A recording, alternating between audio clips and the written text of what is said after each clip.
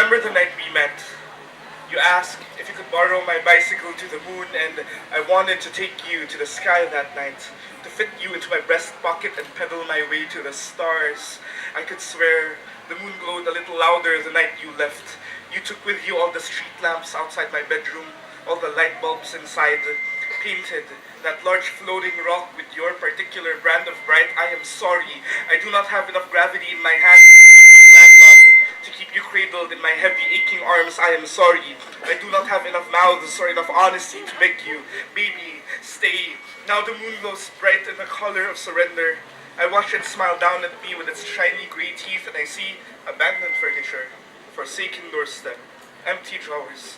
Last night I found your letter in an empty drawer next to the bed. I cried all night, I forgot to check what it said. How many origami time machines must I fold out of love letters to make you stay? I shut my window blinders every night to keep the moon out, and sometimes it isn't so bad. It isn't so bad, so badly wish you were here right now. You said you liked me best when I opened my mouth. Now I have ripped my jaw backwards to share my secret. Is it not enough? Do you remember the night you noticed the spilled milk I stepped on? Our eyes locked for a split second, and in that moment, I wanted to run away with the keys.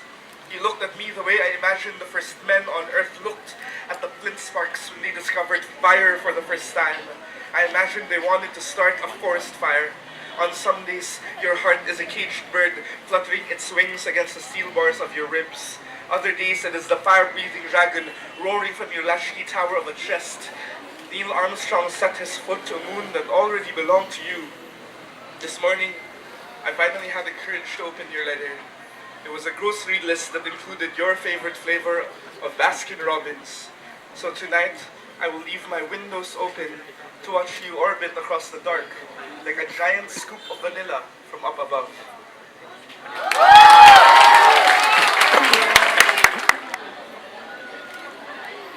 They call you a heartbreaker. And believe me, I'm glad I didn't listen. They must have misread you like a dusty old book, with bad ink and missing pages somewhere between the way you plant soft kisses behind their ears and ignore every single one of their phone calls the next morning, somewhere between the way you laugh at all their jokes and refuse to hold their hands when they need you to, somewhere between telling them you love them and leaving your side of the bed empty by sunrise, somewhere you were a walking warning signal. I was too naive to notice a warship with a giant red flag launched at my feet I refused to wear an armor for. And besides, you answered my phone calls after 2 or 3 rings. You held my hand when I reached out for yours. You stayed by my side until morning and even made me breakfast. Now tell me, who the fuck am I to say no to that? My mama told me, you better leave your armor in the battlefield when the war is over, along with every other object that will only remind you of the smell of death. I have nothing to leave behind. And I swear they must have lied when they said God created you out of my rib. See, the day we met, I felt God's hand sink into my chest. Instead, I swear, I wasn't going to fall in love with you. Believe me, but you keep running through my mind so wild and recklessly. I wonder if you have somehow forgotten that you are treading on thin glass and how easy it must have been to forget when there are still shattered pieces left from the last time somebody had been so careless. I guess it must have slipped your mind. And yet no matter how fragile this headspace can be, you continue to run over and over and over, and I can't help but overthink if even then you are running after, or perhaps running from. I knew I had fallen in love when I stopped looking at the night sky as a galaxy filled with stars, but as a body filled with gunshot wounds. This does not make it less beautiful. Stars are easy on the eyes, but it takes a perfect aim to puncture through human flesh. Pull the trigger for every long pause, for every forced goodbye, for every love that is given and every love that is returned. Let the night be our bodies and the stars be our wounds on the brink of igniting. Let us ignite. You are my fatal accident, my favorite near-death experience. You are the kind of bad dream that leaves a lingering sensation in the spaces between my fingers, and I always wake up in the morning rummaging my bed sheets and search for nothing but your hands. You are the gust of wind outside, and I am the fire pit, or perhaps the candlestick, and we are one small window opening away from burning down this house. When all of this is over, you will continue to transcend beyond the waves and the current with ease, while I will cease to exist. Baby, you blew me away. They will walk past whatever is left of me, all hot coal and debris, and they will call it tragic. It isn't.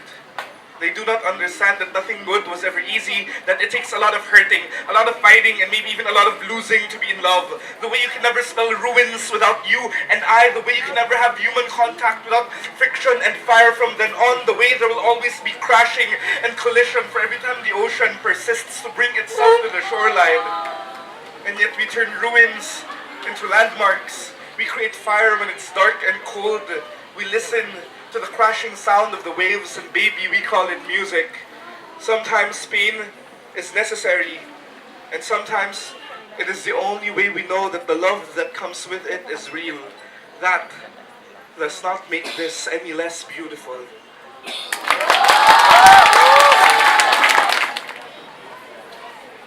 I was 5 years old when I touched a woman's inner thigh for the first time. I couldn't look her in the eye even as I was being told it was okay. I was 14 when I was made fun of for being a virgin. That I wasn't living up to what the men in my family have accomplished. I was 15 when I lost my virginity to a prostitute.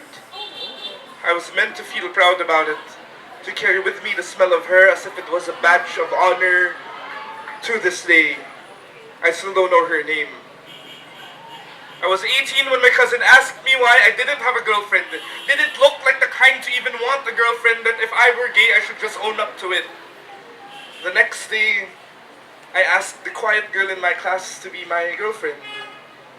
I never loved her.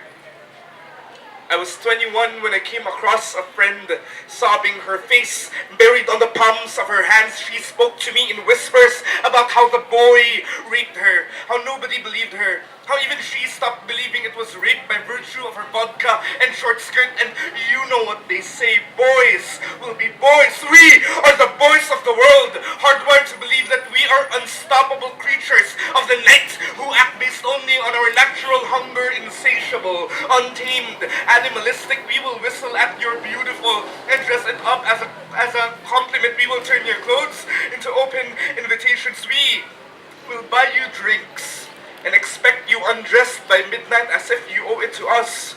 So forgive me if I refuse to be reduced into a beast, to claw my fingers at the first sight of raw meat. They always glorify us for being strong. Tell me, where is the strength in preying on the defenseless? We put men in business suits, in black robes, behind a desk in a palace. Heck, we even put a bearded man in the sky, believing that we, boys, will grow up to be just like him, the wisest of them all. Tell me, where is the wisdom in our inability to understand that no means no? But no, you, woman, should have known better. Pick anything from a G-string to pink pajamas and it will still be your fault. Take your whiskey, your scotch, your mother's milk. It doesn't matter. You are a woman and you have always been the one to blame ever since the first ultrasound result that said that you will turn out to be a woman.